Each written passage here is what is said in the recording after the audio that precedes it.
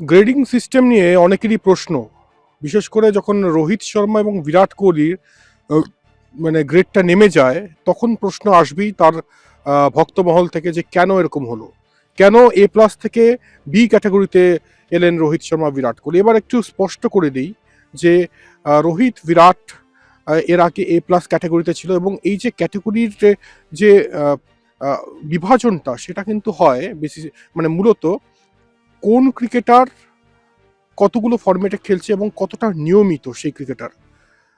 এতদিন পর্যন্ত রোহিত শর্মা হোক, বিরাট কোহলি হোক, রবীন্দ্র জাদেজা হোক, তিনটি ফরম্যাটেই খেলতেন, জসপ্রীত বুমরা, এবং তিনটি ফরম্যাটেই তারা পারফর্ম করতেন, যার জন্য তাদেরকে এ প্লাস ক্যাটাগরিতে রাখা হয়েছিল, যেখানে বছরে প্রায় 7 কোটি টাকা পেতেন ভারতীয় ক্রিকেটাররা।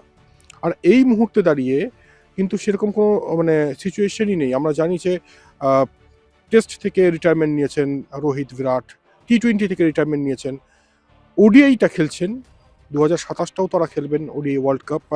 তাই যেহেতু একটি মাত্র ফরম্যাটে তারা খেলছেন, তাই সেই ভিত্তিতেই কিন্তু গ্রেডেশনটা হচ্ছে। গ্রেডেশনটা নিচে নেমে যাওয়া মানে কিন্তু এতটুকু এটা নয় যে তাদের পারফরমেন্স খারাপ, তাদের ফর্ম খারাপ, বা তাদেরকে সেই জন্য মানে নিচের দিকে নামানো হয়েছে, এমনটা কিন্তু নয়।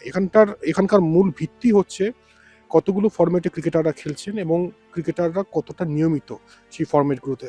এই মুহূর্তে দাঁড়িয়ে আরও একবার বলে দিচ্ছি, আপনারা প্রত্যেকেই জানেন রোহিত, বিরাট টেস্ট টি-20 থেকে অবসর নিয়েছেন, একমাত্র ওডিআই ফরম্যাট খেলছেন, আর সেই জন্যই কিন্তু তাদেরকে নিচের দিকে, মানে নিচের গ্রেডে নামানো হয়েছে, যেটা আগে এ প্লাস গ্রেডে তারা ছিলেন।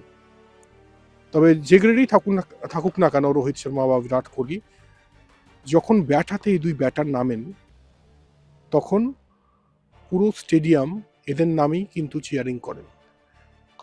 তাই এটাই বলবো যে গ্রেডেশনটা ভুলে ইনাদের ব্যাটিং উপভোগ করুন যতদিন তারা ওডিআই ফরম্যাট খেলবেন, বা যতদিন তারা এই ওডিআই ফরম্যাটটা খেলছেন।